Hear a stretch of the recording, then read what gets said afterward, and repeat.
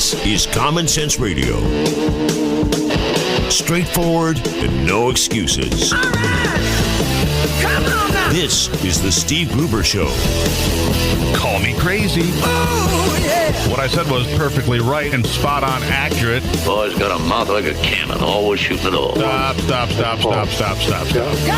Stop. I mean, you're way off script. Got it in me. Gonna quit until it all comes out. Hey, boy! Been a long education. Yeah, it's not cynical. It's common sense. Pay attention to me when I'm talking to you. I'm gonna rock the nation. Rock the nation. Genuine, accountable, and raw. Here is Steve Gruber. All right, and let's get started. It is Thursday, debate night in Detroit for the Republicans. Of course, the Democrats will debate in Flint here in a couple of days, but it is debate night in Detroit for Republicans. And on the verge of the Michigan presidential debate, Detroit native and presidential candidate Dr. Ben Carson says he can see no path forward. Not politically anyway, and has effectively brought his White House bid to an end. Carson came out of Super Tuesday without winning any primaries or caucuses and pretty well hung in single digits. He will not be on stage for the debate in Detroit. Instead, setting his sights on a CPAC gathering in Washington and having a speech there tomorrow. Michigan voters, of course, casting ballots this coming Tuesday. We will be going to the polls then in the state's primary, but the state's favorite son and world-famous neurosurgeon will not be competing for those votes or for Michigan delegates. Meanwhile, another Michigan native has apparently been turned loose by Republican forces trying to topple Donald Trump's run to the nomination. Mitt Romney, a Michigan native and the GOP 2012 nominee, has come out with a series of attacks on the frontrunner in the last few days. Romney has alleged Trump might have a bombshell in his tax returns, but offered nothing to back it up. Romney also joined the political and media mob attacking Trump for allegedly being too soft on pushing back on an endorsement from a well-known racist and white supremacist. Now, there are persistent rumors that Romney is waiting for a chance to get selected as the Republican nominee for president if there is a contested or brokered convention. Some have suggested Romney is prepping to join the race right now, but I don't think that's really feasible. But having said that, Mitt Romney is going to come out today, 11:30 Eastern Time, 9:30 Mountain Time in Utah, at the University of Utah's Hinckley Institute for Politics and Forum. And he says he has an important discussion about the state of the 2016 presidential race. And again, he's been turned loose on these cheap hit jobs on Donald Trump in recent days. And so is the question, will Romney endorse one of the candidates, Cruz or Rubio, to hope that the party will get behind them? I don't think it'll matter. Romney's fumbling into this discussion has, in many people's minds, disqualified him from any further discussion, even if there were a brokered convention. Because all of this activity looks to be self-serving. He looks to be a stooge for the establishment, which is not popular. If you hadn't noticed, the establishment in Republican worlds and, well, Democratic worlds as well, not popular this year, which is why you see the Trump phenomenon. You see the Bernie Sanders phenomenon. Why? Because mainstream people like Mitt Romney aren't popular. And let's talk about Mitt Romney, a guy who, people say Trump was too liberal. Mitt Romney, a pro-choice liberal governor from Massachusetts, in fairness, would have been far more conservative than Barack Obama, but in fairness was a very liberal guy in many regards. The first guy that created an Obamacare-type healthcare system. Like I said, a guy that was pro-abortion. And we'll see what happens there. So, speaking of the debate tonight, so there will be four folks. So we'll see what Romney has to say. Again, that's happening at 11:30 today. And then, of course, in Detroit, the debate with four people on stage, which will mean Donald Trump, Marco Rubio, Ted Cruz, and Governor John Kasich. Kasich's hopes pinned in large part to Michigan and his native state of Ohio, of course, where he is the governor. But right now, Kasich seems to be pulling in the single digits. We're hoping to talk to him here on the program on Friday, maybe Friday, which would be, give him about 3 days out before we go to the polls. But Kasich's going to have to do something to set the world on fire, or something's going to have to happen at this debate, or something to change the, to change the conversation, to change the trajectory of where we're going with this nomination process. Because right now, Donald Trump is in line to pick up enough delegates to make it happen. Mathematically speaking, it looks like Marco Rubio can't make it. So you have to ask yourself, why is he still in the race? The only two people that are mathematically viable from the way I'm looking at it and reading it and understand the delegate count are pretty much Donald Trump and Ted Cruz. But there will be a rematch tonight, so there is that. There could be a rematch tonight because, well, Megyn Kelly will be there. Donald Trump will be there. Of course, they had a feud dating back to last August. And for her part, Megyn Kelly says she's been ready for 7 months to put this behind her. She said, frankly, it's gotten boring. The Trump's unfiltered style has helped generate unprecedented ratings for news networks, including Fox. And so I'm guessing the ratings for tonight will be pretty good. It's round 2 with Megyn Kelly and Donald Trump. I'm going to guess he's going to be on his best behavior.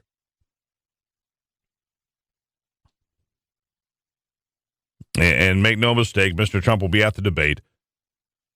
Looks forward to participating. So says Hope Hicks. Made that comment yesterday, so there's no concern there. Kelly says she has not prepared any sort of a comeback if Trump tries to get personal again. I have my questions, and that's all I need, says Megyn Kelly.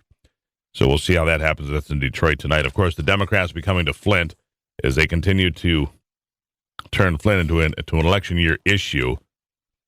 Speaking of which, Michigan Democrats, leading Democrats, now calling even louder for Governor Snyder to resign. Tim Grimmel was here on the program here just a week ago, said he hadn't gone that far. Well, now he has. Tim Grimmel calling for the governor to resign over the mess that is Flint. The mess that is Flint, of course, the mess that is Flint predates the governor, but, the governor being held to account for all the missteps, mistakes, and problems that caused Flint water to spike lead levels and that water get into the drinking supply and therefore contribute to spiked lead levels in the blood of children in the city of Flint. So the governor being held to account for that, is, as you well know. We'll talk more about that soon. And this isn't, maybe related, maybe unrelated, but as all this is going on, a Michigan distiller plans to double production with a huge expansion. Joe Beerling has decided to grow the beer distillery operation from roughly 300 square feet to a brewery of 4,000 square feet because, maybe we need another drink around here. He makes whiskey, gin, rum, vodka, and other products in 53-gallon barrels right outside of Grand Rapids there. Tip your hat to having a sip of Kent County's finest. In this day and age, you might just need a cocktail. Did you ever think about that? Thursday on the Steve Gruber Show.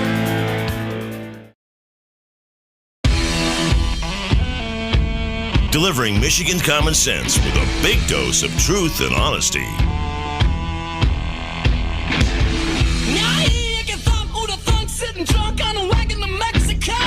We just got to keep moving today because there's so much to cover and so much work to be done. 18 after now on this Thursday. The Justice Department, this is big. I think this is the first big domino to go. The first really big domino.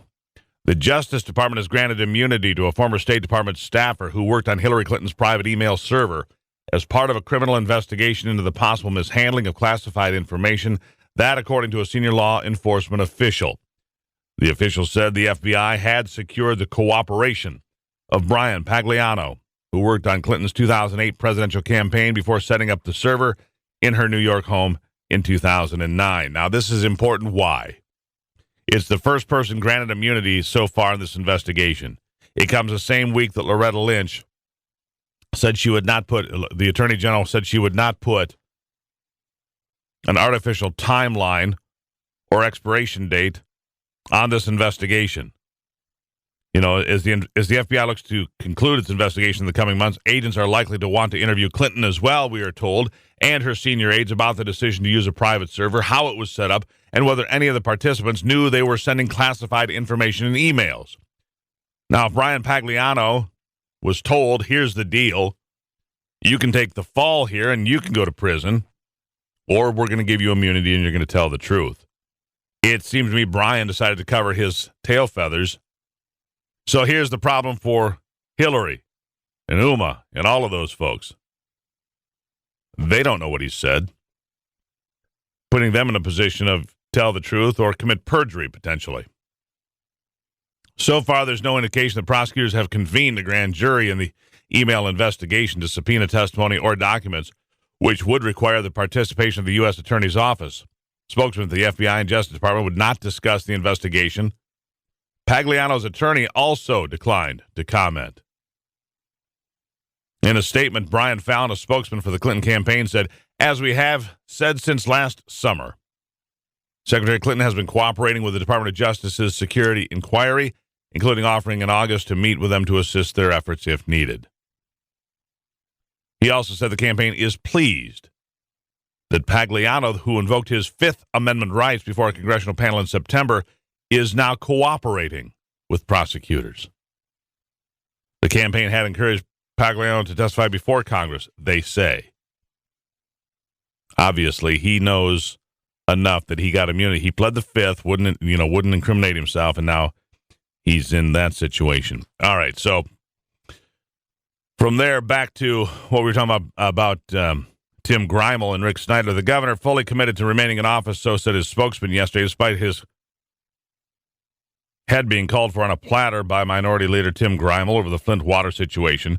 The governor planning on fixing the problems with the water in Flint and the problems within the state government that caused the crisis in the first place. That according to Ari Adler in a statement. We need to restore safe water to the pipes in Flint, and we need to restore trust in the government to the people of Flint, finding solutions, fixing problems, and moving Flint forward by working together to deliver safe water and real results for the people of Flint now and far into the future, so said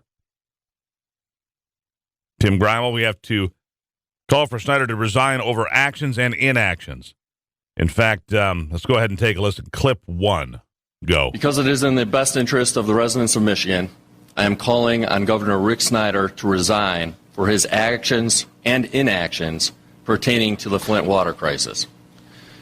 This is a position I have taken only after very serious thought, reflection, and consideration. Make no mistake, this is not a decision I take lightly. However, in light of recent information that highlights the negligence and indifference of the governor and the culture that he has created that lacks transparency and accountability, this very serious call for resignation is warranted. I've said repeatedly that it's important for the public to know what the governor knew and when he knew it.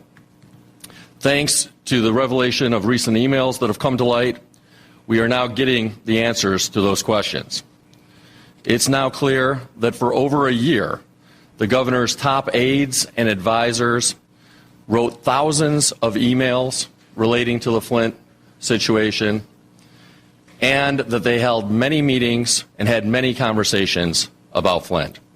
It is inconceivable that the governor wasn't aware of what was going on. And in fact, the governor's own chief of staff came out last week and indicated that he had been keeping the governor informed all along the way.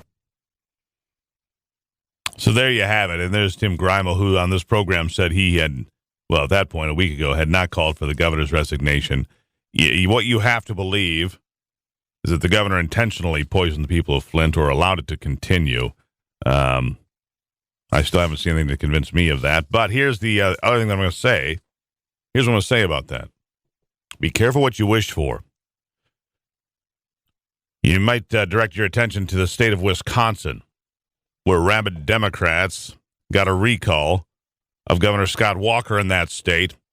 Scott Walker went to the polls and won by a wider margin because people felt that it was a miscarriage of justice, if you will, to lay some of the things that Scott Walker was blamed for at the feet of the governor's office.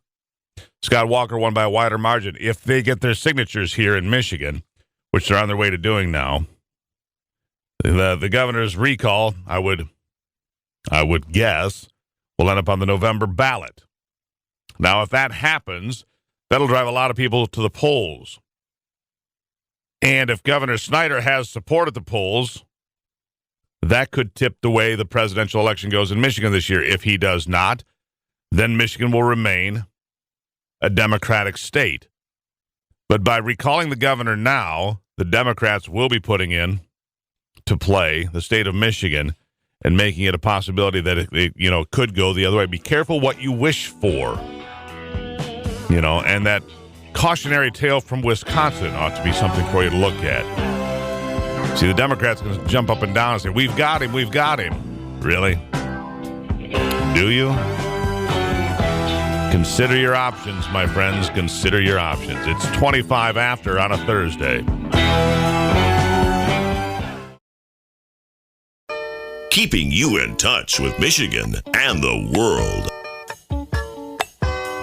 Don't wanna discuss it. Think it's time for a change. You may get disgusted. Start thinking that I'm strange.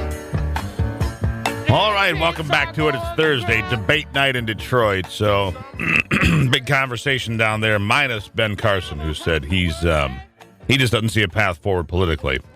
We'll be talking about that. We'll be having Congressman Bill Huizenga on the program in a few minutes. Congressman Tim Walberg will join us today as well. Plus today, we'll talk about Barack Obama setting up to steal your 401k. We're going to talk about that fiduciary rule I was talking about here a couple of days ago that will give the government full-on access to your retirement accounts. Oh, yeah, you ought to be concerned. Meanwhile, with that said, all sights now set on places like Michigan for the primary here coming Tuesday. And then it's Florida and Ohio. Florida with the big prize, maybe the last stop, the last gasp for Marco Rubio. That's also where we find Pastor Aubrey Shines, the founder of Glory to Glory Ministries. Pastor, welcome back to the program. Steve, always great being with you. Thanks for having me. So I've seen some shameless personal attacks on Donald Trump coming from Mitt Romney. I think we're going to see more of that a little bit later this morning. Mitt Romney coming out with some sort of major announcement about the campaign, so on and so forth. He has done some shameless hit jobs on Donald Trump, but nothing more shameless than climbing onto this mob mentality about some alleged connection to David Duke, a guy nobody had heard about in 25 years, and something about the Klan because he didn't say the Klan is awful fast enough or some nonsense. Honestly, it was an odd interview with Jake Tapper, I'll give you that, but to make that into Donald Trump is getting his white hood ready or something is ridiculous, especially when you go back and look at the relationship between Robert Byrd, the former Grand Cyclops or Exalted Cyclops or whatever the hell they call it there, the Ku Klux Klan. He was embraced by Hillary Clinton. Bill Clinton did the eulogy at his funeral, for Lord's sake, and said, oh, gosh, he was just a Southern boy trying to get some votes, so he joined that organization. Really? So I guess it's okay if you just lynching a couple of folks to get some votes. I mean, I guess that's okay, Aubrey. Well, Steve, I tell you, you sound exactly like what I've been saying. I'll go even a step further. How is it that these guys are complaining about an alleged lack of an apology on Donald Trump's part? And by the way, he's not my horse in the race.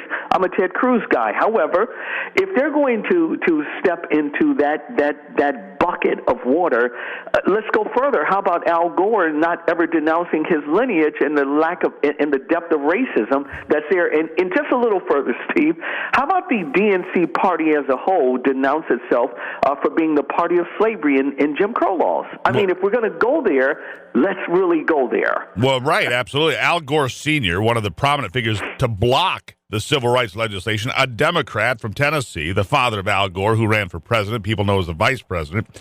His father, one of the most outspoken critics of any sort of civil rights action in this country, along with Robert Byrd. They act like this Robert Byrd thing, it was just a brief transaction. No, Robert Byrd had 30 years in Congress making decisions that were racially charged against black people, period. Exactly. And I've been screaming this forever and again. Look, even with Rubio, Rubio certainly has some favorability in the state of Florida, but I'm willing to wager anyone listening to me a corned beef sandwich he will not win the state of Florida. He's seen by most that are here that are strong conservatives as someone who partnered with, Obama and Chuck Schumer, and it's not going to fly. And the sad part about it is, and again, I'm not just saying this, Steve, because Cruz is my guy, there is no way, there is no math that Rubio can win this thing here, and for these guys to be so disingenuous on this, I think it's really sad. I really do. Now, wait a second. How good is this corned beef sandwich? Oh, I'm talking Chicago's Manny's corned beef sandwich, my friend. Oh, you're putting up some serious ante there. Oh, absolutely. I'm telling you, Steve, right now, live on this air, I wager you a corned beef sandwich that Rubio will not pull out Florida. We keep our heads really on the ground with the polls that are here. Not one single poll even has him close to Donald Trump. Well, it's not going to happen. Yeah, that's the problem. And let's look at all the other firewalls while we're talking about this. John Kasich looking for his firewall in Ohio. Trump's running neck and neck or ahead in Ohio, last poll I saw. In Florida, Trump is winning. In Michigan here, another firewall for Kasich, Trump is winning. Ted Cruz picked up 3 primaries here on Super Tuesday, but really not enough to keep it going very well. And he also piled on that whole Trump and the Klan nonsense, too. I was kind of disappointed in him doing that as well because it's tawdry. It's just tawdry. Yeah. Yeah, so. No, I was as well. And again, Cruz is my guy.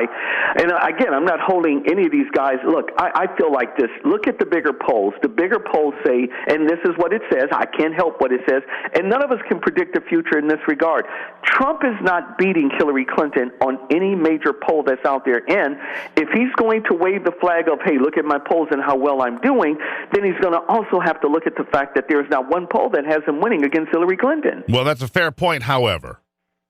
Let's go back to here a few weeks ago when Hillary Clinton started talking about the war on women and Donald Trump, and he pointed to Bill Clinton, and she shut up instantly. He shut her down. He became instantly. a pirate, didn't he? I mean, he blew that ship right out the water. So I think they're going to be afraid of him if indeed he is the candidate, and I think he will be unleashed. Right. When I'm looking at his unfavorable, Steve, and again, let me just say for the record, even though Cruz is my guy, if Trump wins the nomination, I will 100% support this guy, period, no questions asked. Well, here's my theory has evolved to this.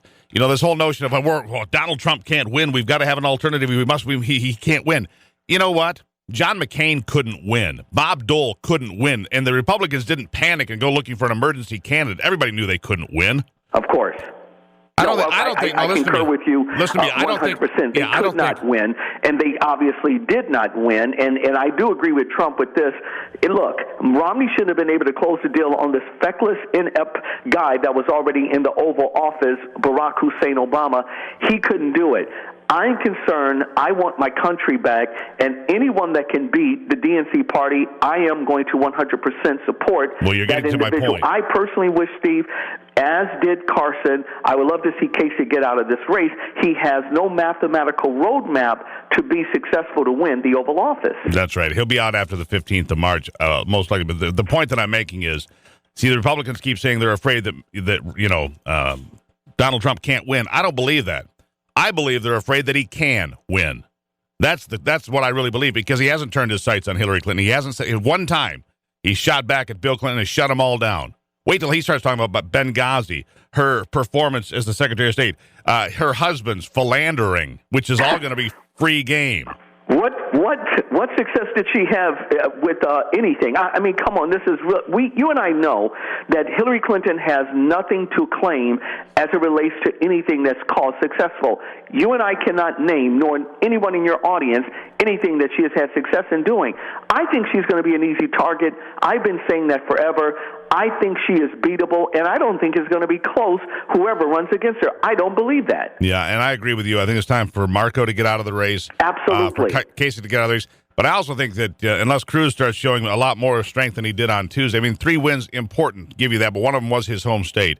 It's time to clear the way. Either you're with the guy or not, and either the Republicans saying that they would get behind whoever the nominee was real, or it wasn't. 20 seconds for the last word, Pastor. Well, Well, I tell you this, Stephen, and I love the way that you put it there. I want these guys to stop in-house fighting here very simply, because if they don't, then we're all going to lose a great nation here. I think, Steve, we can do better. I agree. I think we can do better. We have to do better. Yeah. Aubrey Shines, always a pleasure. We'll talk soon. Thanks again, Steve. There you have it. Aubrey Shines, Glory Glory Ministries. He plants his flag in Tampa and Orlando, Florida. Has a pretty good pulse on Florida politics, Southern American politics, and there you have it now. Back in a moment with Congressman Bill Huizenga right here on the Steve Gruber Show.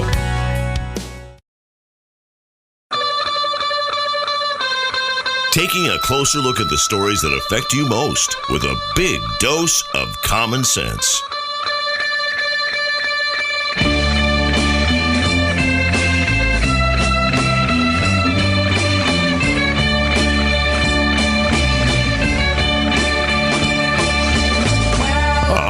Welcome back to it. Hey, by the way, if you didn't know, the big snowstorm, the 2 snowstorms that came in the last week or so, started last Thursday, had that first big snow, right? And then it all melted, and then it came back for a lot of us from, say, Grand Rapids to Flint and that whole corridor there. And it put Michigan, Lansing, back to within about a couple of inches of normal for the year.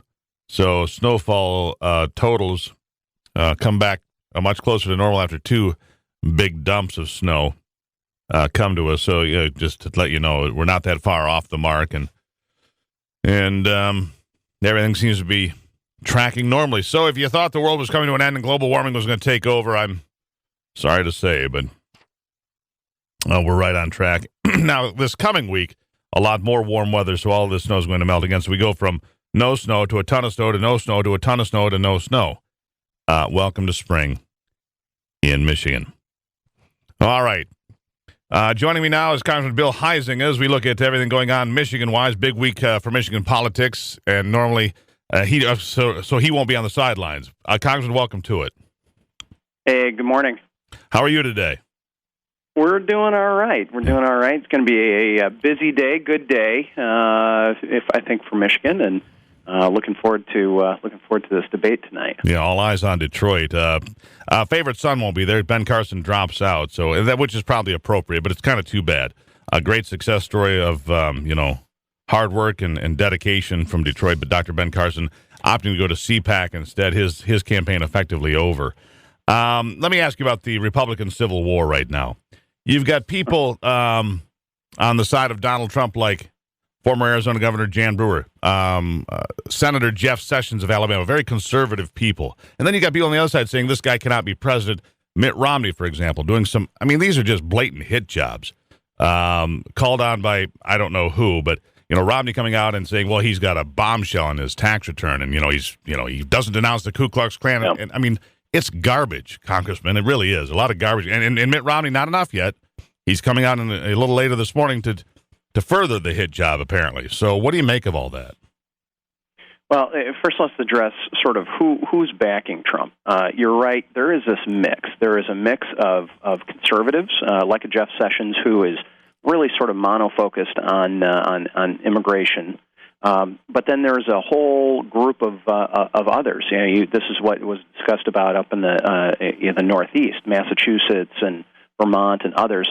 Disaffected Democrats who are coming across, and they like whether it's the economic message of Donald Trump or a little bit of the social message, and they're seeing in their own party either a truly avowed socialist, 74-year-old Bernie Sanders, or Hillary Clinton, who has, let's say, a cloud over her. So they're looking for an alternative. And so it is definitely an interesting mix of folks, and I'm reminded, and I kind of cut my teeth when I was a young guy showing up at political rallies with Ross Perot. There's a lot of that same sort of feel behind it with what's going on. So fair enough to say that this has not exactly been the Lincoln Douglas debates on what's been going on, but it is interesting to me that. A guy like Trump, who's literally, when Hugh Hewitt asks him a policy question, his first reaction is, well, nobody listens to your show, Hugh. It sucks. I shouldn't have even come on it. Look, Kasich's lucky he had oil. Ben Carson was a so-so surgeon. Rubio sweats and is a choker. Ted Cruz is a liar. And then as soon as somebody says, well, hey, wait a minute, what about Trump University? What about some of these other things in your past? He's like all offended, right? Well, he has sort of set the tone and the pace for this, and I think a lot of us, all of us in America, deserve better than what's been going on. And that's a fine line. How do you hold people accountable, yet make sure that it just doesn't devolve into name calling? It already did. It already devolved into name calling. So let me, and trust me, name calling and finger pointing. It's nothing new to American politics. It might be new to the 24-hour news Very cycle. Very true. And the food fight and the nonsense continue. But let me go a step further. The whole claim from the Republican mainstream is, well, he can't win. Hillary Clinton's going to win. I don't believe that necessarily. Number one, and number two, if that were true, why didn't they come up with an emergency candidate to replace Bob Dole or Senator John McCain? Because we all knew they couldn't win, too. Everybody knew it. They didn't come up with an emergency candidate to fill those shoes. My belief has evolved to, I don't think you guys think that he can't win. I believe that you think that he can win, and that's more frightening to the establishment than anything else. No. I would disagree with that. I would completely disagree with that, because here's who I know I definitely don't want making Supreme Court appointments. Hillary Clinton. All right, and then people are saying, oh, well, you guys are trying to get a third-party Michael Bloomberg. Great, so we can get 3 New York liberals in there? That's my view on this, and I'd be curious to know, do you really think that Donald Trump is a conservative? In some ways, yes. Yeah, sure. You look at the southern border, that's a conservative point of view. Protecting American jobs, that's a conservative point of view, certainly. Taking on, the challenges of government regulation and limiting government so business can thrive, that's a conservative point of view. So let me just hit the pause button right there. That's where I think you've got a lot of true conservatives, movement conservatives like a Ben Sass or Club for Growth or Americans for Prosperity. These are the guys that were accused of shutting down the government, right? These are the guys that have been backing people like me and Ted Cruz and so many others who have been saying, hey, wait a minute, we can't keep going down this path. They oppose Donald Trump. I understand that. They don't believe his economics are conservative, and I would wholeheartedly agree with that. I don't think he's a conservative on social issues, and I don't think he's a conservative at the end of the day on economic issues. I think he's a situationalist. Depending on the situation that he finds himself in, he will be pro-life if he needs to be pro-life. He'll be pro-choice if he needs to be pro-choice. He'll be pro-eminent domain if he needs a parking lot. He'll be against it if it's his own property. I think that kind of situational politics is really what has gotten us into as much trouble as anything. I think you're right about him, because I didn't get a chance to say on his liberal policies, which he has as well. But I think the situational politics you're going to find yourself in is he's probably going to win. Congressman, we're out of time. We'll talk soon. Sounds good. Thanks, Steve.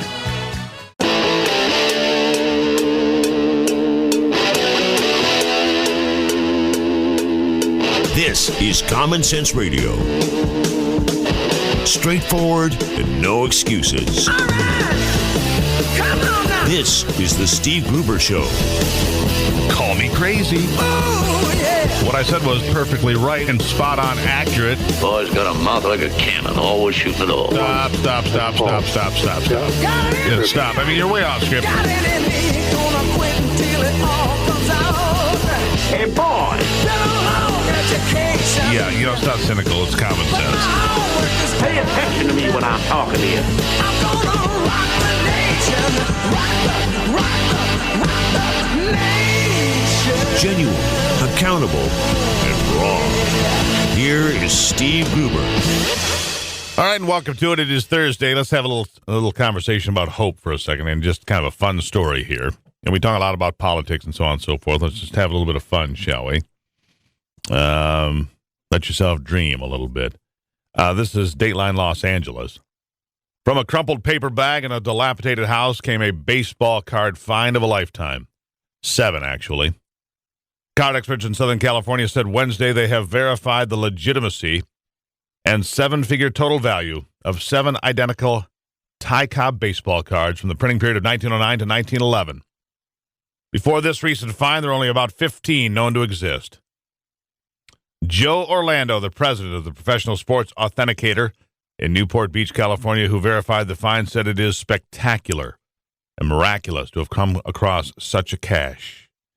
I'm not sure if any other baseball card find is more remarkable than this new discovery, he said in a statement.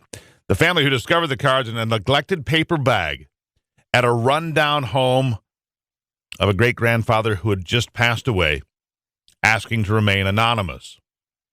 Publicist Don Perlman, who helped announce the findings, said only that they are from a southern state and that the cards were first taken to a dealer in Myrtle Beach, South Carolina. The dealer, Rick Snyder of Mint State Inc., said his initial reaction after getting a voicemail from the family was absolute skepticism. I doubted they were authentic because finding 7 of these cards at one place at one time seemed almost impossible. But after examining the photos and then finally seeing the cards themselves a week later, he became convinced. Can you imagine? Can you imagine? Let's see, the cards, of course, it's the Detroit Tigers cards. That's the key here. Here's the famed Detroit Tigers slugger. Come from a lot known as T206, the group most prized by collectors. That also includes that world-famous Honus Wagner card, arguably the most famous sports card ever. They say on the back, Ty Cobb, king of the smoking tobacco world in green ink. The card's value is sure to shift now that there are so many more in existence, and an exact figure is difficult to pin down, but Orlando said the total worth of the whole cache, well, in excess of $1 million. It's not clear what the family who found them intends to do with them. On a scale of 1 to 10, 10 being mint condition, the cards range from 3.5 to 4.5, which is high for cards that are more than a century old. One of the greatest discoveries in the history of our hobby, so said Orlando. Can you imagine? Well, Grandpa died. That's, too bad. And he goes, great-grandpa, though, so obviously he was, say, an older fella. House was kind of run down. Oh, here's an old paper sack. Probably could have thrown it in the trash. What's in here? Gosh, those are pretty cool. Wow.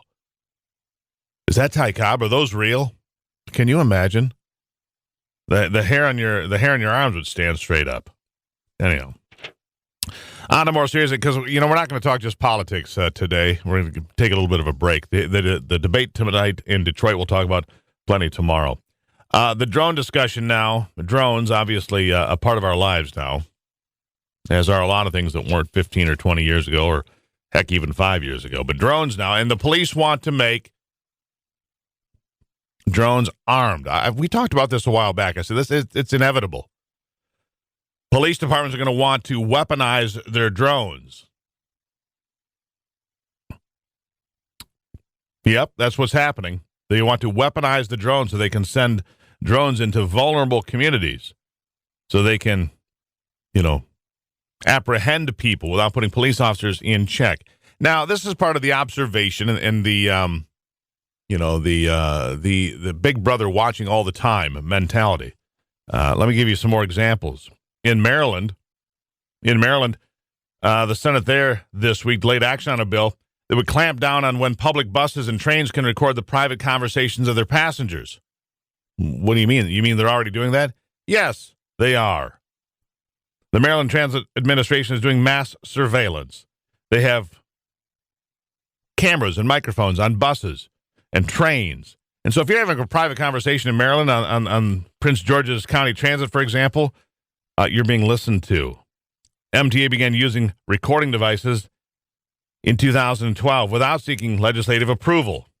500 of the 750 buses have audio recording capabilities. Some have video recording capabilities. It's going on all the time. So you step on a bus or a train or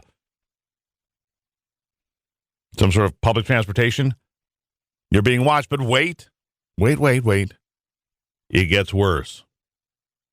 Pass a billboard while driving in the next few months, there's a very good chance the company that owns it will know you were there and what you did afterward. This is really creepy.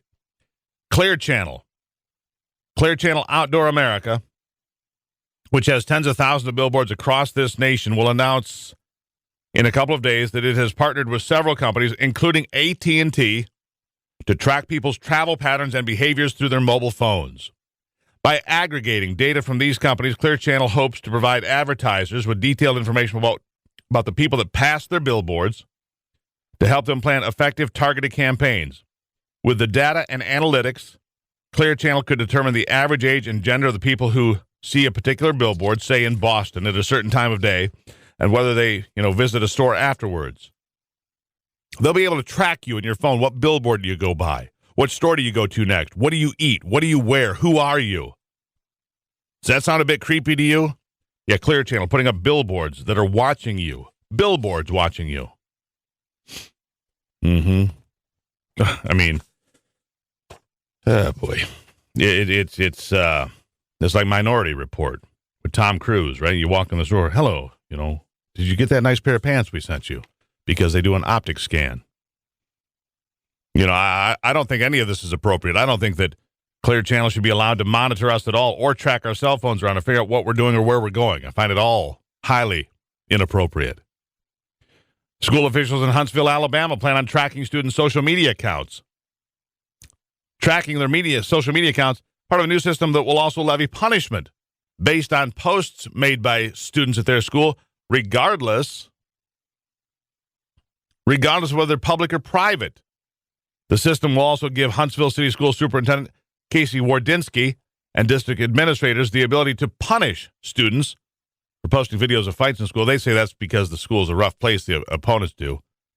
But now they're gonna monitor if they don't like what you're saying on social media, whether it has anything to do with the school or not, they'll throw you out of school. They'll have the ability to throw you. The procedure involves tracking the social media posts of students or any school officials deemed to be a risk to school safety. The superintendent can then use the social media posts, regardless of whether they posted publicly or privately, to take action against the students. Oh, are we really that far away from having an RFID chip in your hands that can just monitor you closely? Billboards that watch you, decide what you're doing. Oh, that's not creepy? Good Lord. It's Thursday on the Steve Gruber Show.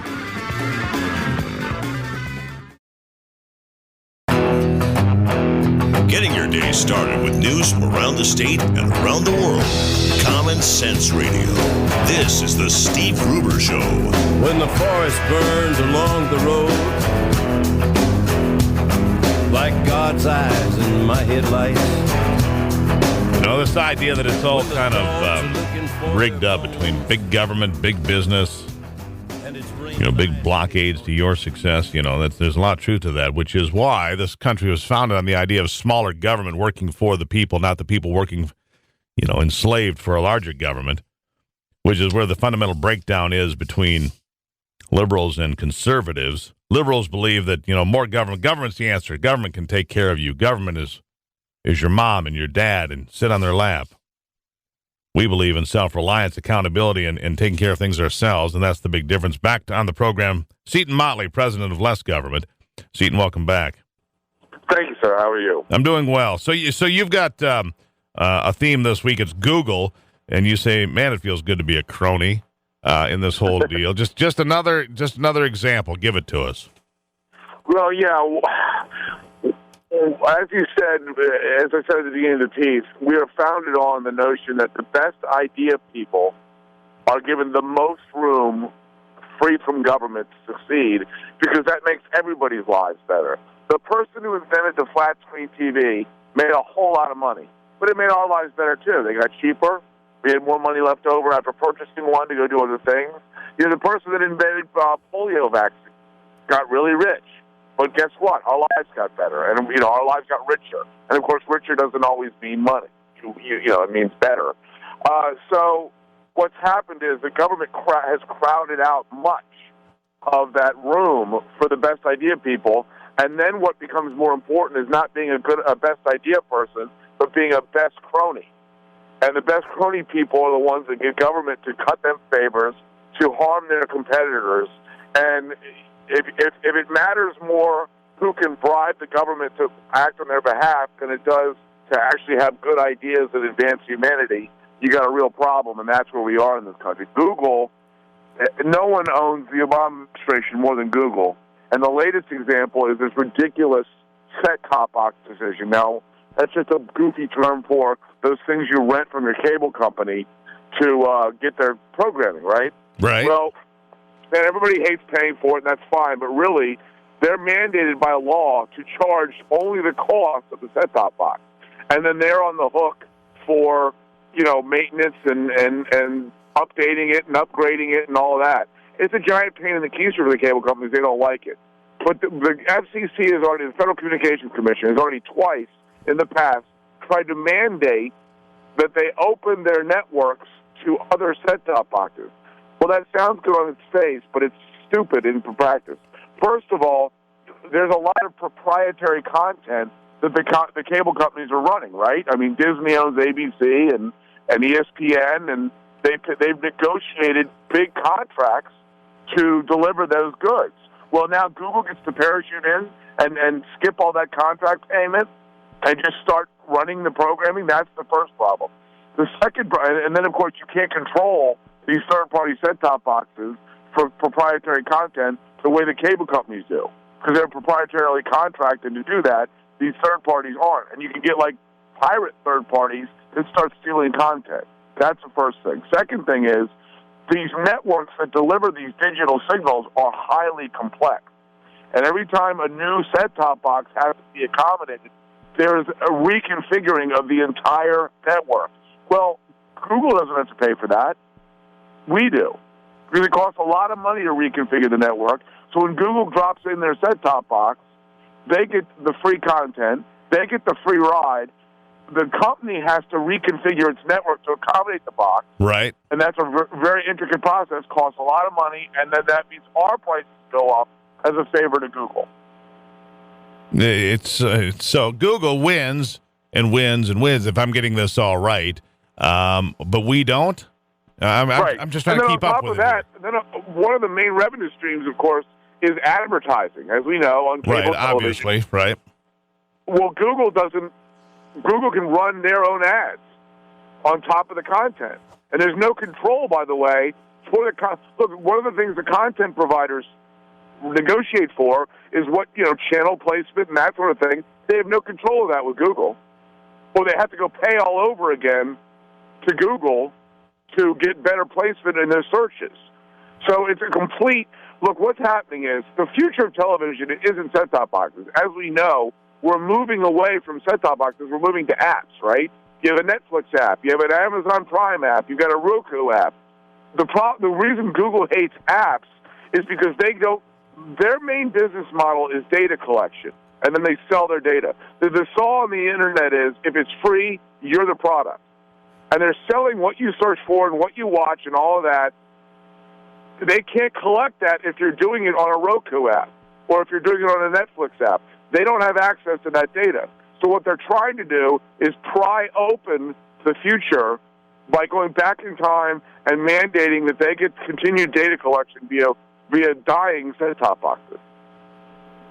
Interesting. So, but it's all about, and I was just doing stories about buses in Maryland that, record and videotape people when they got buses and trains there and billboards that look back at you. And it just seems like even the Google thing is all connected back to this big network of how we can stay connected and monitor people. Is that paranoid of me, or is that true? No, well, look, one of my big concerns is, people polled say they distrust big government and big business equally. And I understand that, but again, the Constitution doesn't say, the companies shall make no law abridging the freedom of speech. It says the Congress. You should be more concerned about government. The concern is when a company like Google collects all this data and then is so freely sharing it with the government, as they did to twice get Obama elected. Remember how we heard how great Obama was online campaigning? It wasn't him. It was Google with a Facebook chaser. They helped him get elected twice. So yes, I mean, look, I don't use any Google product. I don't use Google Search. I don't use Google Documents. I don't use Google Mail because I don't want them having my data. But as a customer, you can make that choice. When it comes to government, you don't have that choice. Seton Motley, president of Less Government. Always a good conversation. Thanks for stopping in. Always a pleasure, man. Have a good one. You too. Back in a moment on the Steve Gruber Show. Michigan, born and raised with Midwestern values and Michigan common sense. Try to see things my way. Do I have to keep on talking till I can't go on?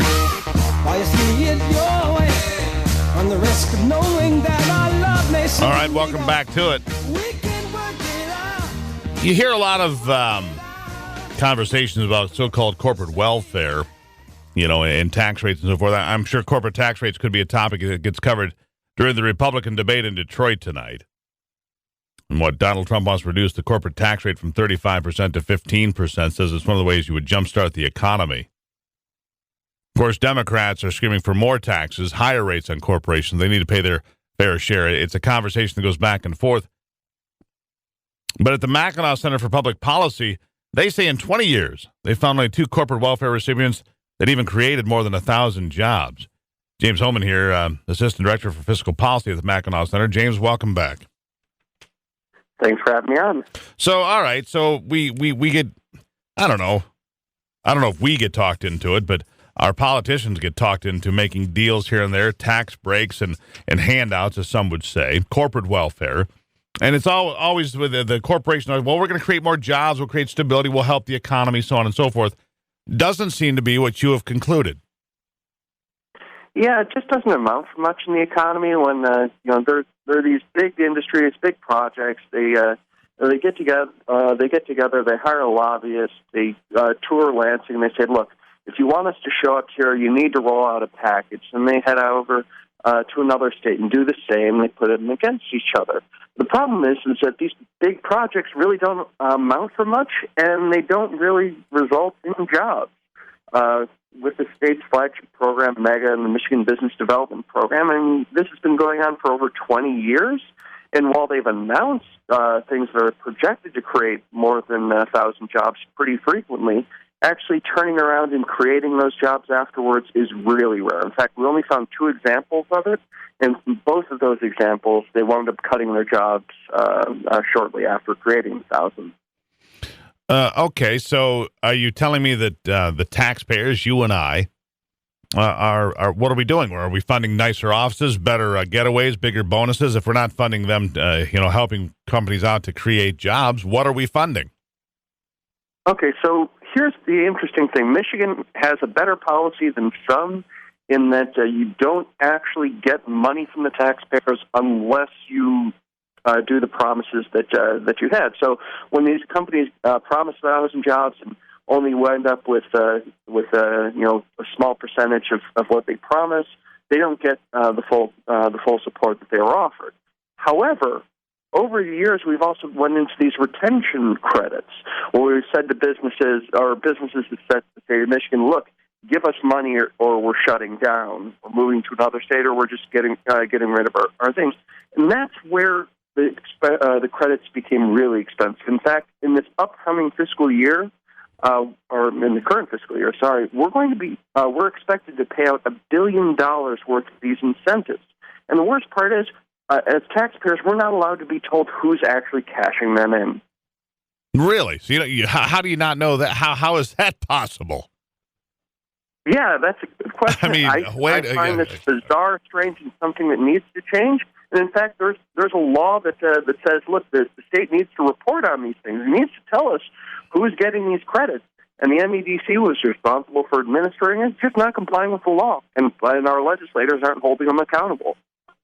Do you think that there's... I know, it's bizarre. Look, what are you suggesting? Hold on. I thought it was crazy. Are you suggesting, potentially, because the thing that I hear there is they're being protected by elected officials, lawmakers, and it makes you think, well, are lawmakers getting some benefit from all that money flowing back and forth? That's what occurs to me. You look at that and say, well, if the lawmakers aren't enforcing the law and all this money's moving around and they're getting this corporate welfare, somebody's getting the money, and then it has a smell to it, is my point. Yeah, and $1 billion, it's a lot of money. Yeah. Now, is that what's going on? I don't think so. I haven't gotten this. I just think that lawmakers just aren't following this program closely. I mean, from the lawmakers' perspective, they shut this thing down 4 years ago, except it's still operating, it's still producing these credits because the agreements they signed with these companies are for over 20 years sometimes.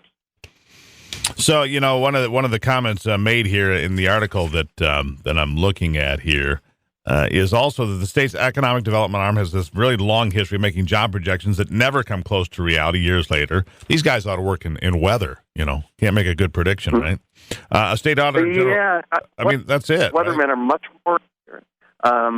We looked at it and said, all right, how many of the projects that announced jobs, how many actually met or exceeded their job projections?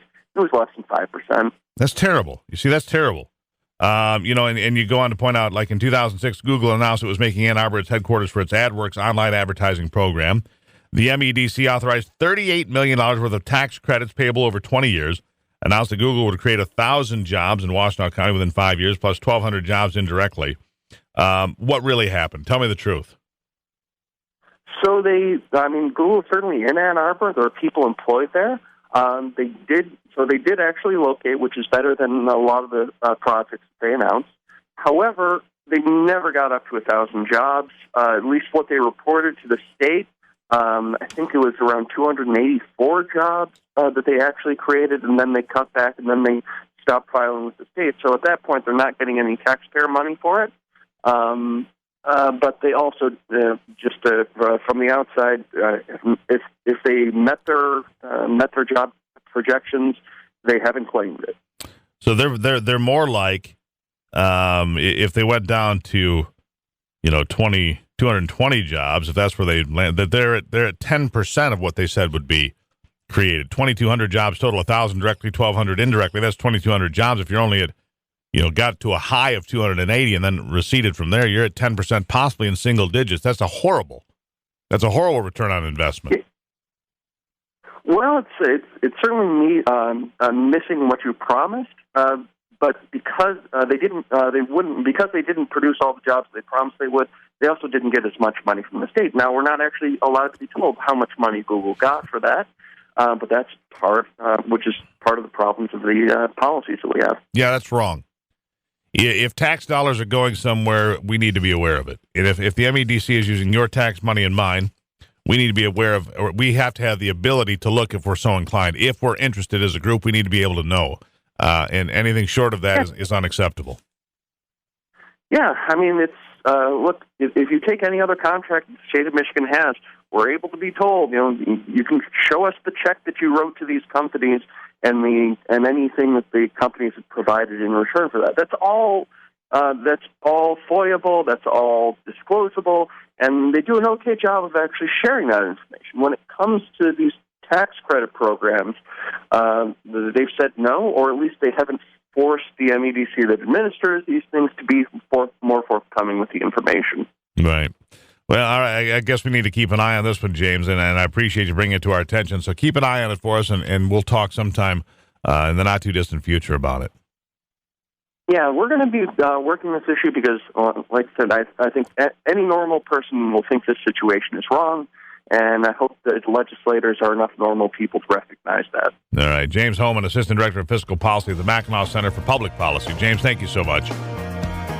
Thanks for having me on. There you have it. It is Thursday here on the Steve Gruber Show. To sit right tight right there, we'll have Congressman Tim Walberg ahead today, and so much more. We'll be right back.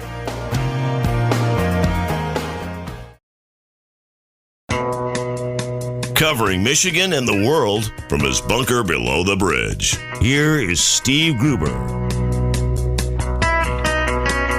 First thing I remember was asking Papa why. Oh, there were many things I didn't know. All right, well, it is a big night here in Michigan for politics, as you know. All sites are on Michigan now.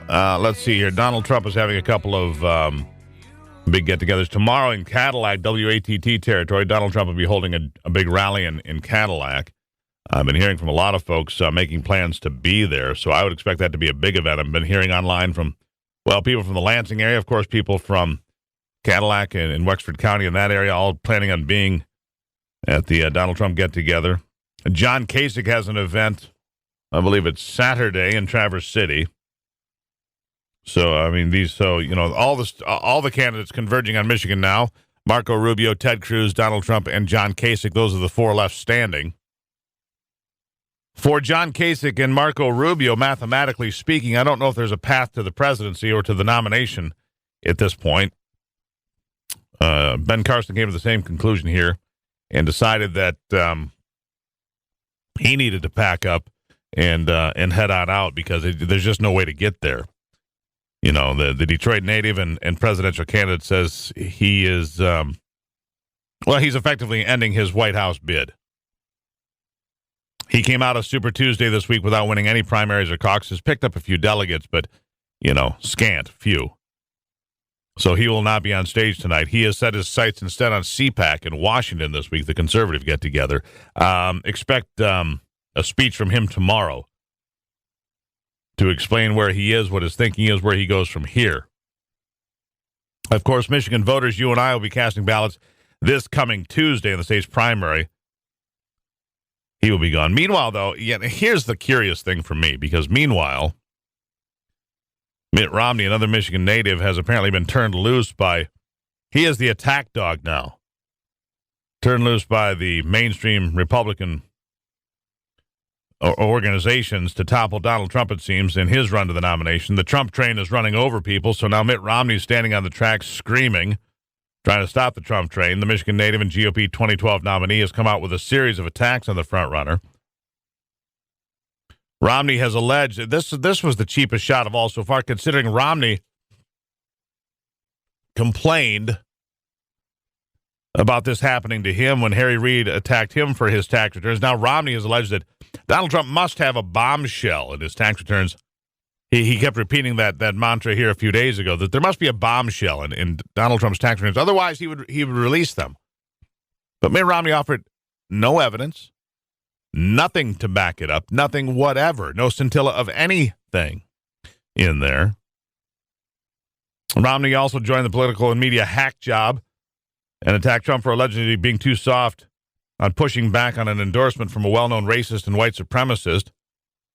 The Jake Tapper show was a fumbling, strange interview with Donald Trump, but he had already denounced David Duke a couple of times before that and a couple of times since. But, when you're looking to label somebody, which they are, that's where they went to. It's a cesspool. It's grotesque to watch this nonsense. And these are the same people that complain about Trump's demeanor, his comments. How about he gets, petty into the gutter, which he does. And is very unpresidential, which it is. And then Marco Rubio getting right down there with him. My mother used to say, don't lower yourself. Well, Marco, you should have listened to my mother. Or listen to me. Because it's gotten ugly, and politics is always ugly, but this has been an exceptionally rough patch of ugliness in American politics. There are persistent rumors, by the way, that Mitt Romney is just waiting for his chance to get selected as the Republican nominee for president. Some people believe this. See, Romney's having this big get-together today in Utah where he's going to make some big announcement about the Republican presidential race. Well, what is that, Mitt? You're not in the race. You didn't win. You didn't beat a guy who, by many estimations, was a weak sitting president, and you came up short, considerably short. And now you're going to sit and pontificate about the ills of Donald Trump. Interesting way to go, considering Mitt Romney was a guy who brought us the forerunner to Obamacare. Mitt Romney was a guy who was pro-abortion, and he's going to sit and what is he going to tell us, that Donald Trump isn't conservative enough? Is that his deal, or that Donald Trump isn't a true Republican and not conservative enough? Really? Some might argue that Donald Trump is considerably more conservative than Mitt Romney. At any rate, Romney's been turned loose by the Republican establishment to try to knock Donald off his stride. And you wonder, does Mitt Romney think that he can become the nominee by way of a brokered convention? Maybe he does. I guarantee you at this point, though, the Trump supporters would be none too happy. I don't believe they would turn around and support Mitt Romney. If there's a brokered convention, you're definitely going to lose. If Trump runs as the nominee, you might lose. If there's a brokered convention that takes the nomination away from Trump, many would consider that to be cheating, and therefore I can guarantee the Trump people say, screw it, not going to vote at all. The same attitude a lot of Bernie Sanders supporters are taking because they feel that the situation is rigged with Hillary. Let's look at the numbers. The numbers are undeniable. The numbers of Republicans, registered Republicans, are going through the roof. Registered Democrats are declining. In some places, Republicans and the registration in places like Virginia, up 110% this year. Why do you think that is? In other places, Massachusetts up 50%. Other states up dramatically, while Democratic registrations are declining. Do you think that's because of Marco Rubio or Ted Cruz? Don't kid yourself. Right, wrong, or indifferent, the Trump phenomenon is driving people to the Republican side. So before you get all enamored with Mitt Romney or trying to knock Trump off his stride or saying he's not conservative enough, look at who ran last time. Is John McCain that conservative? Come on, people. Eating your own is no way to win an election. I can assure you of that. It's Thursday on the Steve Gruber Show.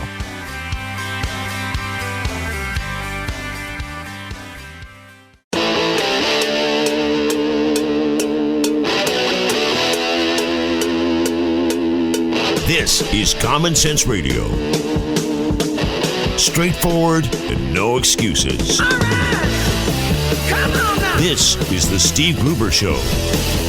Call me crazy. Oh, yeah. What I said was perfectly right and spot on accurate. Boy's got a mouth like a cannon, always shooting it off. Stop. Yeah, stop. I mean, you're way off script. Got it in me, gonna quit until it all comes out. Hey, boy! Been a long education. Yeah, it's not cynical. It's common sense. Pay attention to me when I'm talking to you. I'm gonna rock the nation. Rock the nation. Genuine, accountable, and raw. Here is Steve Gruber. All right, it's Thursday, my friends, and on the verge of a big Republican debate in Detroit tonight. Obviously, Michigan, the epicenter right now of all things politics. 4 candidates left on the eve of the Michigan primary coming next Tuesday. Michigan's own candidate, Dr. Ben Carson, decides to, he's pretty well brought his campaign to an end. He says he does not see a path to victory politically, so he's skipping the debate tonight. He's headed for CPAC in Washington tomorrow, where he will give a speech. We should get some insight into his thinking from there. I don't see a path for John Kasich either mathematically. Marco Rubio mathematically also in trouble, and it's a long shot for Ted Cruz at this point. But that's not slowing down. That's not slowing down Mitt Romney, who has apparently been unleashed to be the attack dog for the mainstream Republicans. He's been coming after frontrunner Donald Trump for a few days now, suggesting that there's a bombshell in Trump's tax returns, for example. Nothing to back it up. No support, just he might as well have been Harry Reid. Oh, that's right. Harry Reid attacked Mitt Romney. Very similar. And these ridiculous assertions that somehow Trump has some connection to the Ku Klux Klan or David Duke or other nonsense. And these are the same folks that are telling Trump to clean up his act. Here to sort it out with me, to figure out what's going on with this Republican civil war of sorts, is Congressman Tim Walberg, regular on the program. Congressman, welcome back. Hey, good to be back with you. And it is quite a climate out there. Yeah. A lot of people in the past number of years said these national conventions, party conventions, were as boring as watching paint dry. I guess you can't say that this year. Yeah, the paint's awfully caustic this time around. I'll tell you that. Let's start with Mitt Romney. Who is this guy coming out of left field all of a sudden? He is the attack dog for the establishment Republicans, it appears. I mean, he's come out of nowhere. I mean, does this guy want to get the nomination at a brokered convention? Well, what's the story here? I have no idea. You're going to have to ask Mitt on that. Mitt didn't communicate with me. I haven't talked with him. I don't know if he's talked with anybody. I was with the Speaker of the House last night, and he's talked with the crowd there, and he didn't have an answer to it either. I can assure you, he's talked to somebody. Mitt Romney didn't just go on the air of his own accord and suggest that Donald Trump had some bombshell in his tax return. That was a coordinated hit in the daylight. And this whole thing and trying to connect to Donald Trump with some sort of white supremacy and Ku Klux Klan, and it's not going to work. In fact, Rupert Murdoch came out here yesterday. Rupert Murdoch, who is another billionaire that Donald Trump has openly clashed with, said Republicans would be mad. out of their minds mad to not coalesce behind Donald Trump at this point. What is your comment to that statement? Well, Rupert Murdoch doesn't speak for the Republican Party. He generally speaks for the Democrats. So, this is a party battle. We've had battles before. I go back to Kemp, Robertson, Bush battles. We've had them before. It will sort itself out, and in the end, the people will have their say. And that's the primary process in Michigan. We'll have our say this coming Tuesday, and we will decide whether it's Mr. Trump at the top of the voting ticket, or whether it's Cruz, or whether it's Rubio. It appears like it'll be Trump. And again, a lot of this stuff makes good news talk shows, but I wouldn't even say news talk shows. I'd say talk shows. But in the end, the people will make their decision. And all of our candidates, whether it's Trump or whether it's Cruz or whether it's Rubio or Kasich, they're going to have to stand the scrutiny of whoever decides they want to scrutinize, whether it's Mitt Romney or whether it's Hillary Clinton. Bottom line is, this is part of the battle, and Mr. Trump better be ready for it. I think he probably is. And I think the other candidates have to be ready for any scrutiny or attacks they're going to get. This is an adult league. It's not for kids. Yeah, well, some of the language is surely not kid-friendly, I'll tell you that. Here's the thing. No, it sure isn't. Yeah. But again, if you're talking about that, Mr. Trump brought that on. We've seen Rubio stoop to that in the last few days. And it's sad to see, but it is what it is, and the American people will have to decide. In the meantime, I'm intent on doing my work here in Washington. We had a good week with a piece of legislation that I pushed that got out of committee.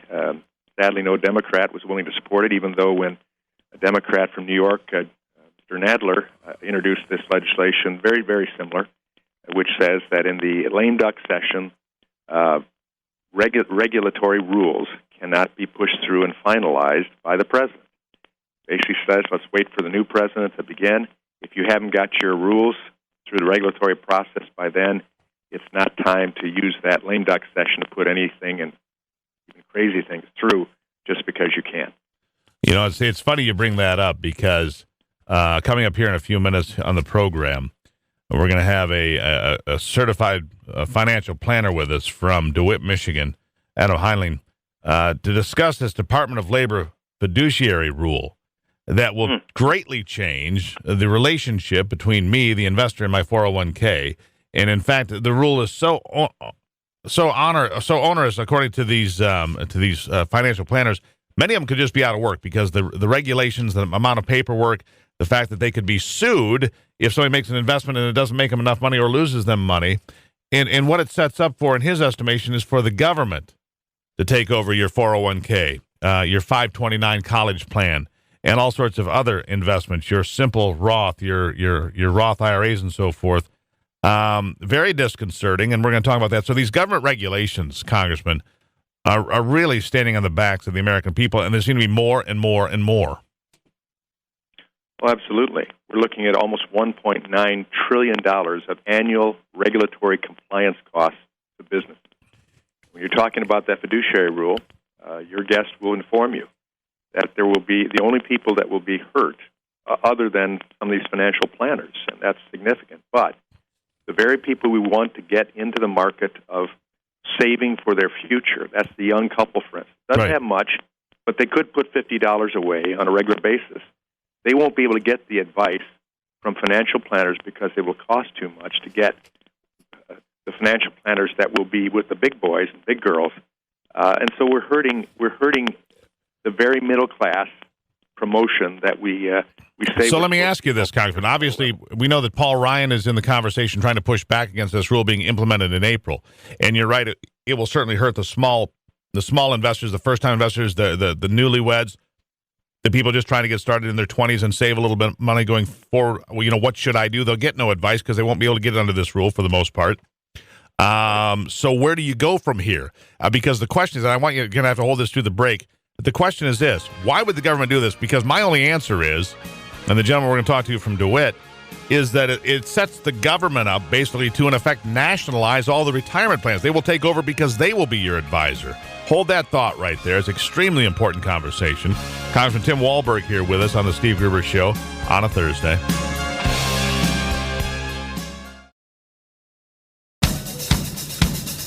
The Steve Gruber Show, American Values with Midwestern Common Sense.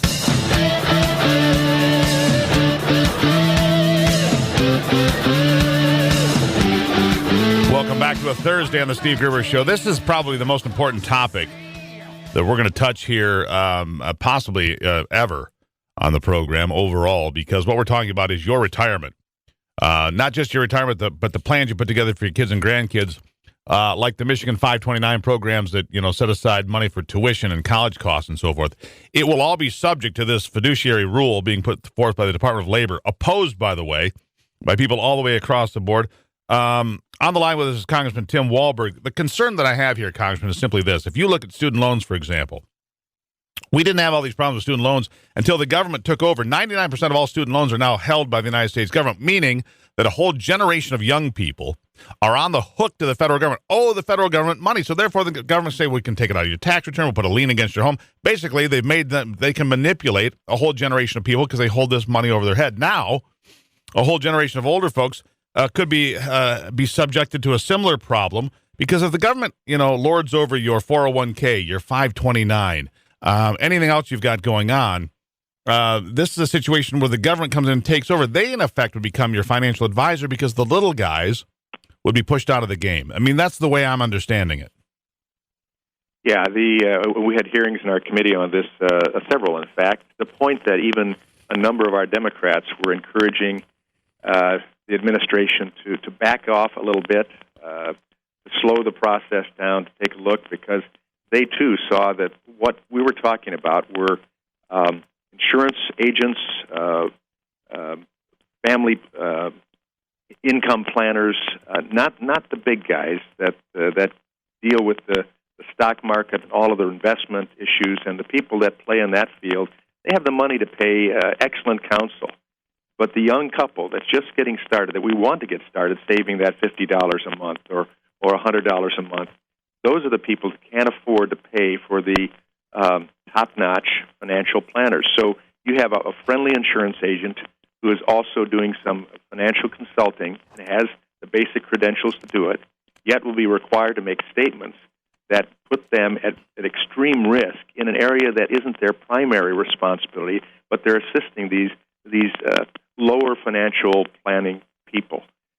Getting them into mutual funds, exactly. All they're trying to do is help some people out, get them into mutual funds. Right. But now if they're getting paid, because that's the way they get paid. They get a little taste of what gets invested or so forth. That's my understanding, right? So they get involved in the process, and that's how they make their living, is to help other people save money. This is, now they want to, in effect, make it so that the people that invest, if you lose your money, you can sue that guy. Well, your money's always at risk if you invest somewhere. Everybody knows that. I mean, there's no guarantee of return. Yeah, it's not even so much that they would lose. The fact that they have to make statements that put them on the risk for lawsuit unnecessarily at the level of dollars that we're talking about investing. And that's the problem. We want to make sure we have an expanse of available assets to assist people at their level to save for the future. The big guys that take the major risks and want to take those risks, yes, you ought to make sure that you're going with the right individual, and there are plenty of those out there.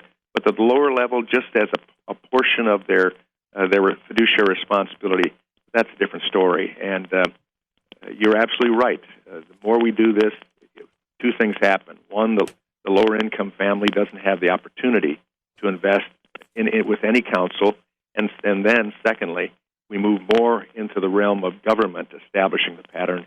And you're right. I fought that back in 2007 and 2008, the takeover of the student loan process by the government. We lost because Nancy Pelosi wanted it that way. We ended up with an interest rate that ballooned once the 5-year plan went away. Well, right. And so by the law. Let's look at a couple of things. Student loans balloon, and also you got this incredible debt. And the government, the government holds the debt. So what's the government, if the liberals in charge, hey, we're going to forgive your debt. they're just not going to get paid back on it, which takes money out of your pocket and mine again. Hey, we're just going to give you taxpayer money. But by the way, vote for us come the next election. You see that happen. You see Obamacare. The rates are going through the roof this year and next year, the premiums and so forth. Nobody saved any money. The $2,500 was a smokescreen. It was a fairy tale. And so if the same thing happens and holds true here, the pattern will continue, where we will get creamed as the investor, as the American citizen, and when there's a problem, no problem, they'll just tax us a little bit more and pay the difference. That seems to be the approach anymore. You're absolutely right. It is a government takeover, and that's what socialism does. And this is the effort of our president. Hillary Clinton has made the same statements that government is the answer, and that in the area of health care, single-payer system is the way they truly want to go.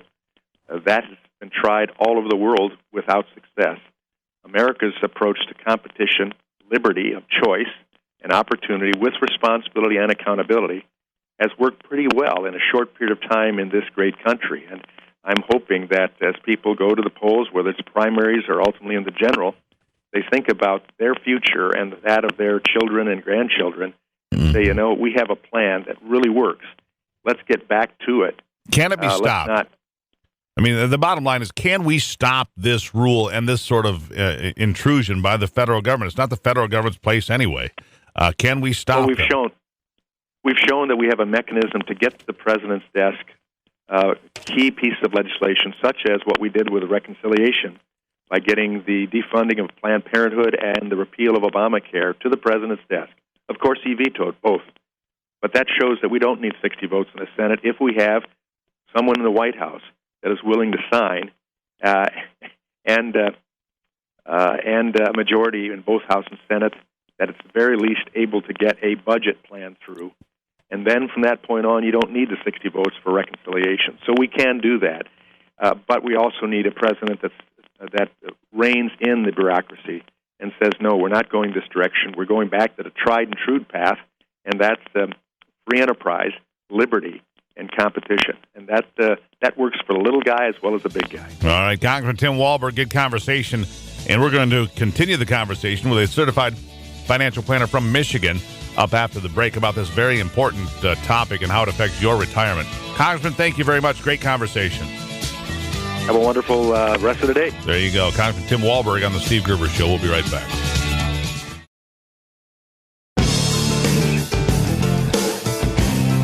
Genuine Michigan common sense on display every day.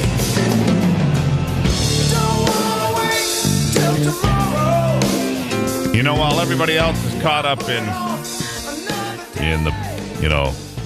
the cult of personality and politics, we're going to go ahead and take a break and continue this conversation. And we start with Tim Walberg, Congressman Walberg, here a moment ago about this Department of Labor fiduciary rule that could certainly affect you and your family going forward. It could affect all of your retirement. In fact, it could nationalize your retirement accounts, 401ks, the 529 plans you put together to pay for your kids and grandkids to go to college, all affected by this rule coming from the Department of Labor, being fought by people like Congressman Walberg and Congressman Paul Ryan from Wisconsin, all the Speaker of the House, all pushing back on this.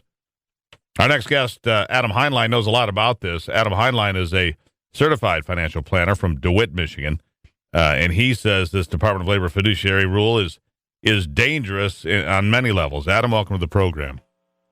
Steve, thank you for having me. Appreciate it. Well, let's start out with let's break it down for folks so they can understand. First of all, you're a certified financial planner. You've done this for how long? I've been at this for 30 years, Steve. So you've seen a lot of things come and go. You've seen bear markets and bull markets and everything in between. Absolutely, absolutely. Fair enough. Okay, so we're gonna have you come in as an expert witness. Then we find that you are an expert witness after 30 years in the business. So let's talk about this rule. When did you become aware of the rule? And then, if you could, break it down into small parts so people can get an understanding of what we're dealing with here when it comes to their retirement savings and so forth. Great. Yeah, happy to do that. Well, basically, President Obama, about a year ago, set forth a mandate the Department of Labor needs to implement this rule. However, it really got its start about 6 years ago, and there was a lot of pushback at that time and pretty much tabled. So Department of Labor has been working on this for years and years. Last August, the Department of Labor head, Tom Perez, went for a congressional subcommittee, and they had about a 3-hour testimony, and they had panels of people that were commenting on it over a 2-day process, and I had a chance to listen to the testimony. And in my opinion, it was very offensive. But basically, I've been aware of it for quite some time. So give me an idea. First of all, I guess it's called a fiduciary rule. If you would, what is a fiduciary, and why does it matter how we describe it? Okay, I'm going to give you a little bit of background. Department of Labor has always been involved with employer-sponsored plans. And what Department of Labor does is they enforce ERISA, which is a rule that was passed in 1974 regarding qualified employer-sponsored retirement plans. Now, a fiduciary is somebody who acts in the best interest of another third party. In the case of fiduciary, most of the time, it would be the plan trustee. So, let's say I have a small business, and I'm setting up a retirement plan, a 401k or some other form of plan, and I serve as the trustee. I would be considered a fiduciary acting on behalf of the plan participants. Does that make sense? Yeah, so you're in charge. You're overseeing it. A good decision. Right. You have to run it you have to be responsible in running it and use your best judgment and do your best to turn the money put in by the employees into more money so it can be a retirement for them in the future. Okay, so you're in charge of the pool of money, if you will, as a fiduciary. That's correct. All right, so this fiduciary rule from the Department of Labor changes that definition, therefore changing the relationship. Is that my understanding? You're absolutely correct. So what's different about this rule is they're extending the term fiduciary not just onto a trustee of a retirement plan, but now the fiduciary is going to be anyone who gives advice with regard to person's personal IRA, Roth IRA, 529, HSA. So I'll give you an example how crazy this is. If you have an IRA with, say, a mutual fund company, won't mention names, and you want to get some advice by calling their customer service department, the person who picks up at the company's customer service department would be deemed a fiduciary under this rule. That doesn't make sense. No, it doesn't make any sense. So so the person just answering the phone. So that means that if you call the call, which I've done lots of times, by the way, I call and say, hey, what's going on with this? Or, what do you know about that account? In fact, I used to do some directing of where my funds went. And you would call and you'd talk to somebody on the phone and they'd say, okay, you want to sell this and get into that. That's fine. Could we not do that anymore? I'm not sure, because the individuals there are going to be personally liable for what they tell you when you call in and talk to them. So they're not going to want to say anything. Of course they won't. Right, or they're not going to give you their name or something. I mean, no, they're not going to want to be. So, because here's back up a little bit. We're on the line with Adam Heinlein, a 30-year financial planner, saying that a new rule that's more than, it's not like it's a complex series of rules, if you will, from the Department of Labor will affect your retirement going forward. So, let's be honest. If you invest in the market or a mutual fund or whatever, your hope is that you make money, but there is always the chance in the fine print that you sign these things that your money is always at risk. You could lose your investment. That's always what they tell you. That's why when you see ads on TV, to be a qualified investor for this fund, you have to have this much in assets or this much in assets. You can't go and invest, the $100,000 your total life savings in something and blow it. They'll let you invest a portion of that. But you always have the risk of losing money, don't you? Absolutely. I mean, Steve, I do the best job I can for my clients to put together portfolios dealing with that. But we just can't know what lies ahead. And, unfortunately, folks like me are going to be deemed to be responsible. And the other thing that's in this rule is that if a client feels they're wronged, they have an arbitration process whereby they can bring that grievance. And there have been bad actors in our business. And certainly there is a place for this. But now the arbitration process, which is a special administrative court, you might say, handled by the SEC, by people that understand this business, you're going to throw that all out, and clients are going to be able to go get their private attorney to file suit against me directly and against my brokerage firm.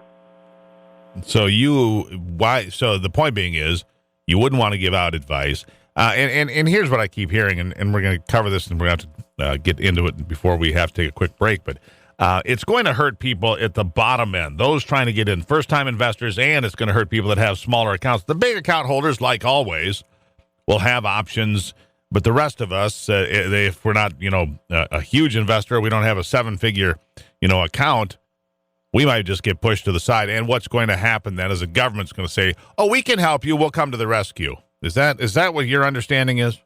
That's what I think is going to happen. And you know what? We've been hearing from the Department of Labor that the reason they're doing this is that fees are too high. And there's a variety of real complex issues here. For example, if a person goes to see a person at my business and they buy a mutual fund and that rep is paid a commission, that's going to be deemed a conflict of interest and not allowed. So I'm going to have a contract with my client and charge on a fee basis. Well, fee accounts generally aren't any lower. In fact, in many cases, they're higher costs. And now that the liability layer is going to be layered on, do you think that the costs are going to go down? No, I don't frankly, think so. I think they're going to double, just like Obamacare premiums have. All right. Hold that thought right there, Adam. Adam Heinlein with us here, certified financial planner, saying that we've got some real problems ahead if the Department of Labor moves forward with their rule, which they are moving forward with. We'll have more discussion after the break right here on the Steve Gruber Show. Michigan, born and raised with Midwestern values and Michigan common sense.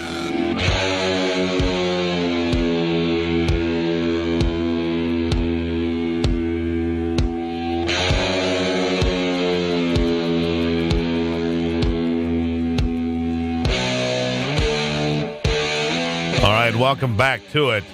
The government's here to help. Be afraid. Be very, very afraid of that sentiment, without question. Adam Heinlein here, certified financial planner from DeWitt. Adam, you and I have been talking about this to some extent. Let's make a point here, though. This rule will affect 401ks, 529 college savings programs, and so forth. But interestingly enough, there are some folks that got exemptions. The 403Bs, government retirement plans, not involved. Many union plans, not involved. How convenient is that? Yeah, they exempted the 403Bs, which are mostly university-type plans. In truth, charitable organizations can also adopt a 403B. And the government, yeah. So they've exempted out their cronies in a sense. So there it is again. The government says, we've got to do this to protect the people because what you have now is bad, and you can't sell those plans because it'll be a conflict of interest, except that you can do it over here with the folks that are going to vote for us because we don't want them to have to pay more because they know damn well, Adam, that it's going to cost us all a pile of money, or it's going to push people like you out of the business, or, people that sell insurance and do, a little bit of 401k and a little bit of IRA and some insurance. These guys that, have a multiple agency thing going on, they'll be forced out because they won't be able to comply with the rules. The government will come in, hey, we have to take over. And there we are again. You're exactly right. And, I've been a part of, as I said, 30 years in this industry, and there are a lot of very fine mutual fund companies. And quite frankly, the biggest portion of their business are the IRAs and retirement plans. And I don't know what that means for their future. They just may not be around anymore. And that's the point. And if leaving people with the government showing up, I suppose, to save the day. Once again. It has not saved the day for student loans, obviously. It's been a financial disaster for America, for students primarily. The Affordable Care Act has not been affordable at all, nor did it provide much care, if any. It's been a disaster by many estimations. This is worse, though, because what I see here is the government, if they come in and say, okay, we'll be your advisor, all we need is all your account numbers and all your information and how much money you're putting in. Oh, my God, Mr. Gruber. You've got far more money than you'll ever need. Yeah, but you don't need that. Who needs that kind of money? In fact, we've got a lot of people in this country that are poor, they're suffering. We're going to take about 50% of your retirement account because you have too much money here. Is that me being paranoid, or is that really what you think is possible? It could very well be that. I mean, who knows where Obama ultimately sees the end game here, you know, and I'm just going to digress a little bit. You know, Tom Perez, Department of Labor chairman, just within the last 2 days, there's been a lot of people saying that he would be a great vice presidential candidate with Hillary Clinton because he could bring the radical fringe left and Bernie Sanders to the table. So it makes sense to me now. You know, there's an agenda more than what we can see here. In fact, you told me this rule from the Department of Labor is so radical that you think that the only reason it is showing up now is because it is towards the end of Obama's term as president. It's in the midst of a very heated battle to become president of the United States between the Republicans and the Democrats. And so this is kind of lost in the shuffle, the very loud shuffle, because you say it will fundamentally transform the way we save for retirement because it changes all the rules. And let me ask you this. Did anybody ever vote on this? Did it make it through Congress, or is this just a rule put up by bureaucrats? It has not been even brought to Congress. In fact, the final rule at this point has been written in a very secretive manner, turned over to the Office of Management and Budget, where at this time, as we speak, Office of Management and Budget is looking at the budgetary cost of implementing this rule. And we're hearing that as soon as they're done with this process in April, it'll just be adopted by Perez. They're just going to put it through. Congress hasn't even been allowed to see what this looks like. You know, so not even an executive order. They're going to come and control my money and tell me how I can invest, how I can use my own money, and how I can work with you if I want to work with you, and I choose to work with you of my own free will. Not even so much as an executive action, just a rule put together by the Department of Labor beyond the scope of Congress or the American people altogether. I mean, it's draconian, it's evil, and it's illegal. You're exactly right. That's, you know, in my opinion, if you see that there's an issue, bring it before the Congress. Let them work on a bill. You know, so this differs even from Obamacare, because Obamacare, we got to see the negotiations, whether you like it or not, with the House and the Senate. We're not even being able to proceed in that fashion here with this rule. Well, Obamacare, they put it through with parliamentary tricks. They're putting this one through just from what I can't find anything about that that's legal. I can't see how the Department of Labor putting through rules like this that affect every investor. It means every retired school teacher, every retired fireman, every retired, business person, plumber, electrician, doctor, lawyer. Everybody is affected by this, except for the ones maybe the teachers and firemen weren't a good example because maybe they're not affected. Maybe the 403Bs, they're a little bit different, but a lot of folks have IRAs and Roth IRAs and so forth that affects millions and millions and millions of people. I'll give you 20 seconds for the last word here, Adam. Well, obviously, I was encouraged by Tim Walberg's response that they're trying to pass legislation now to block this rule in the final year of the presidency. All I can say is I hope it passes. I think Obama will probably veto that, but folks, elections are, have consequences, and this is the year that we have to try to change it. Yeah, well said. It's weird. You have to pass legislation to block a rule. Isn't that a bit backwards? It is to me. Adam Heinlein, great conversation, and just the first, because we need to continue talking about this to make sure people are aware of what's going on. Thanks, Steve. Have a great day. It is the Steve Gruber Show on a Thursday, trying to keep you educated on what's going on out there. We'll be back in just a moment.